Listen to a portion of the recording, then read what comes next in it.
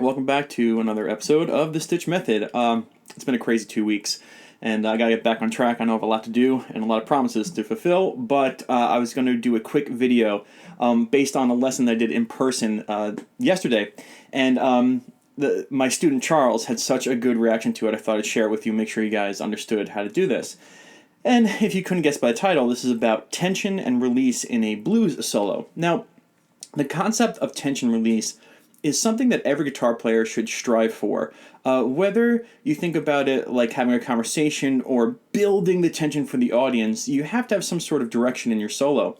And this little dirty trick I'm going to show you works every time, but you don't want to do it all the time because people will be like, that's all the guy does. It's just a trick that you want to put in to your soloing. So what do? Well, to start off with the concept of tension release, we have to have a starting point and a goal, and we got to build the tension between the two. So our starting point is going to be the form 1 pentatonic on the open position in E. We'll do this in an E blues. So we have E, G, A, B, D, and E.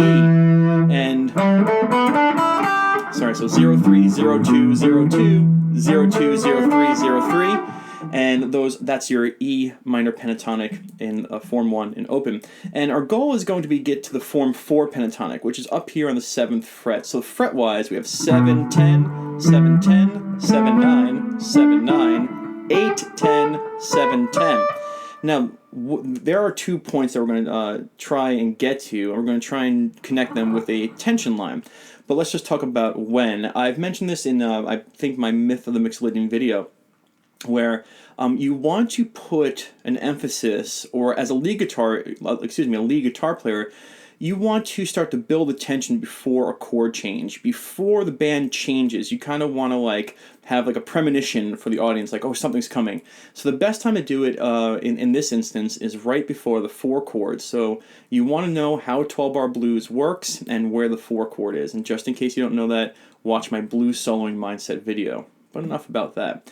So in the blues, we have an E7 chord for our 1 chord, and we have that for 4 bars. Now on that last bar, that very last bar, the 4th bar, we're going to connect it to the form 4 right as the chord changes. So how are we going to do that? Well, we're going to use the natural tension built within a dominant 7th chord. A dominant 7th chord has that A1 steak sauce that I always talk about because it has what's called the dominant 7 and the major 3rd, and they produce what's called a tritone. It's a very, very tense chord. It's what makes an E chord sound nice and an E7 have that tension. It's that tritone, as they call it. 2 notes that split an octave, blah, blah, blah, blah, blah. But there's a tension in the dominant 7th chord, and we're going to use it. So what you're going to do is you're going to come off of the major 3rd right here. So here's your E chord or E7 chord. There's my major 3rd. Now in a dominant 7th chord, or an E dominant 7th in particular, you have the notes E, G sharp, B, and D. Those are the notes that make up an E7. E, G sharp, B, and D. But we're going to do something kind of unique. We're going to travel right through those notes, but starting on the G sharp, the major 3rd. So everybody, play with me. Get your first finger on that first fret of the G string. That is your G sharp. Now, there's a little bit of math in this, and it's very easy. So you play your note, you go up 3 frets. Oh, excuse me, if I can actually count. My gosh, okay, you're going to go up 3 frets to the 4th fret, and that's your B. You have your G sharp, your B. Another 3 frets to the D. Okay, so you have major 3rd, 3 frets, 3 frets again. Now that's your D note, and then 2 frets to your E. So all we did was we played a E dominant 7th arpeggio, but starting on the G sharp.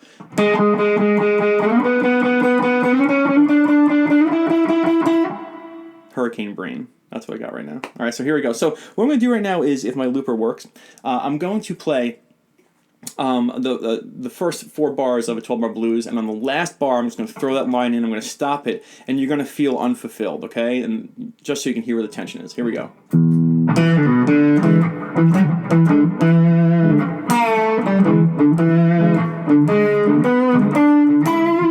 There it is. Okay, so now, you can hear it's going someplace. Oh, you can hear it's going someplace, but where? Well, we're going to the 4 chord. So if you load up your form 4 pentatonic, again, this is an E blues pentatonic, but the 4 is right here on the 10th fret of the B string, right there. So that's our goal. But I want to talk about why this works so well. When you're coming up this dominant 7th arpeggio, the E7 arpeggio,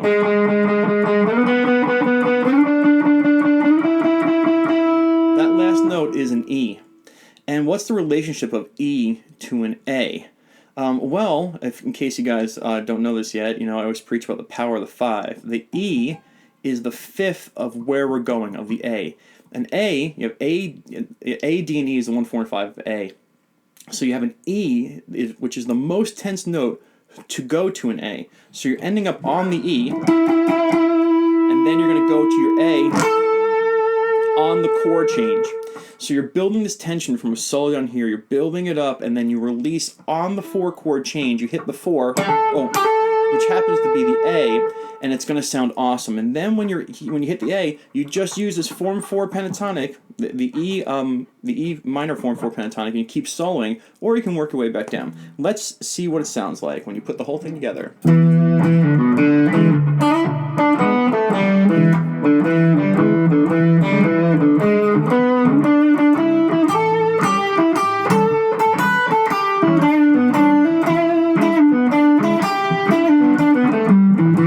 Here, okay.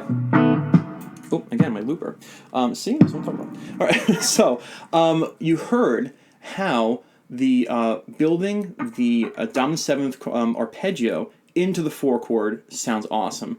Now, that is, in my opinion, the best way to use it. You can also use it before the 5 chord. You can also bring that run in before the 5. It's going to do its job because you start building tension the moment you start arpeggiating a dominant 7th chord, and then you can go to the 5. So really quickly, in an E blues, the 5 is a B. So in my pentatonic, right here in the 7th fret, that's my B. So let's see what this sounds like when I do it before the 5. And it's going to sound awesome. It just doesn't sound as awesome as when you do it before the 4. Here we go.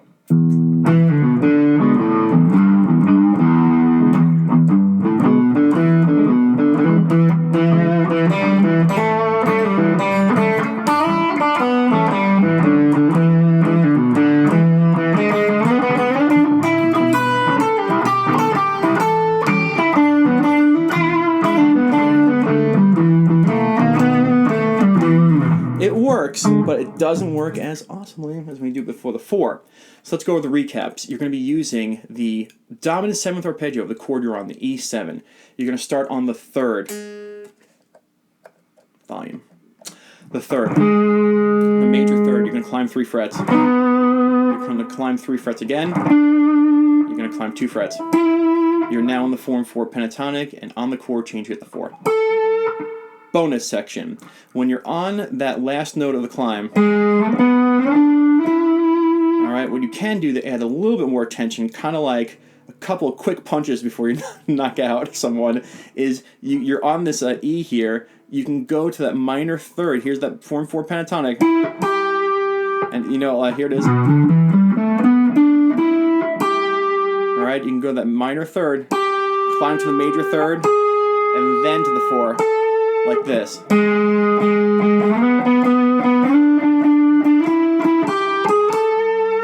And at that point, if you do that, everyone in the audience will be drooling. It'd be awesome.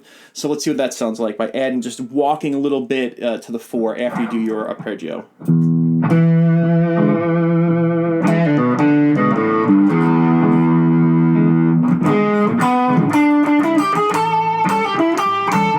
It's awesome. It works really well.